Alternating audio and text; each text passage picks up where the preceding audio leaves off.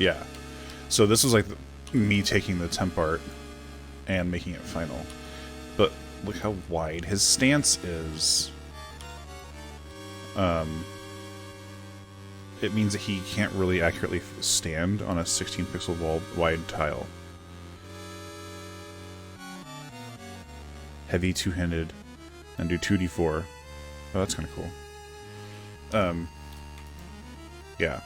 So he's like too wide. Which also makes sense why he's like so much leaning forward in his final pose. But yeah. Then he would lean back and swing. And this is like all I had to go on to start with.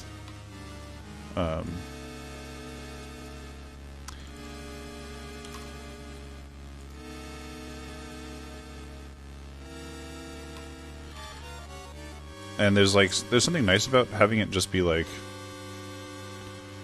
really basic. And it was like very playable at this state, but it wasn't like really understandable what the action was. Thanks, Brownwaves. So as we kind of figured out what that actually meant, I kind of had to like figure out how does he swing. This is me trying to figure this out. Like, where is he going to land? Is it going to swing around this way and kind of like land with the blade that way? A lot of times what you want to do is like as you swing the scythe, you're just thinking about like the big chunky part of at the end of the stick, and like the blade kind of trails behind it. But it's the opposite. You have to do the pointy part first, and then the stick kind of trails behind that. And so wrapping my head around that was extremely difficult, and I tried to get a bunch of poses going on before I finally like landed on something that works. And so but also, like what I said, a scythe is a two-handed, big, broad thing. What I want to do is have this attack go like this distance, right? Because that would like actually satisfy having a giant stick in your hand. But instead, Specter Knight just kind of like wraps it around himself. And what's happening is, as a result, is not super clear, but makes sense. So,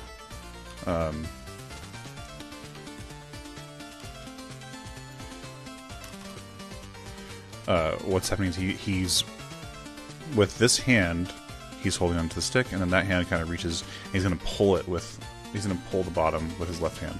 And then, this is the part that gets like kind of weird. In this frame, he's now pulling it only with his left hand, and his right hand is disengaged from the action. This is sort of like I tried doing this, and it like this kind of felt right. I acted this out a lot. And so at this point, now his left hand is just going to be pulling it around his hips, right? To where it ends like this. And so this is his left elbow pointing back at us, and the scythe ends on a full orbit around. Actually, so in this frame it goes like this, almost all the way around, and then it goes to there, and then to here. So it goes basically 1.5 times around his whole body during this attack. So it satisfies the hitboxes. It is definitely sloppy, and I wish I could change it a little bit to make it the art better. But that's how a lot of like these attacks go. But yeah, as a result, like it's just a blurry like cyclone of action. But I like knowing that if you like pause it, you can actually see what the heck is going on. Like you can track this elbow. You can track that elbow. Track that wrist. And you could learn this pose if you wanted. Like if you like act this out if you wanted. Anyway. So yeah, that was like one of the biggest things to figure out with Specter Knight, besides just his idle pose. Going from this, which I thought was like really cool, and he's like weighted on his left foot and kind of twisted away, and this feels very sneaky to me, and I like that. Figuring out his idle was like was just a nightmare. So this is the 10th part, actually. And then from there, it was like, is he gonna hold different weapons? I don't know. But also, like, how do we get this pose to something that's not super wide or awkward? He had other weapons. And so here, yeah, we'll put him on a tile.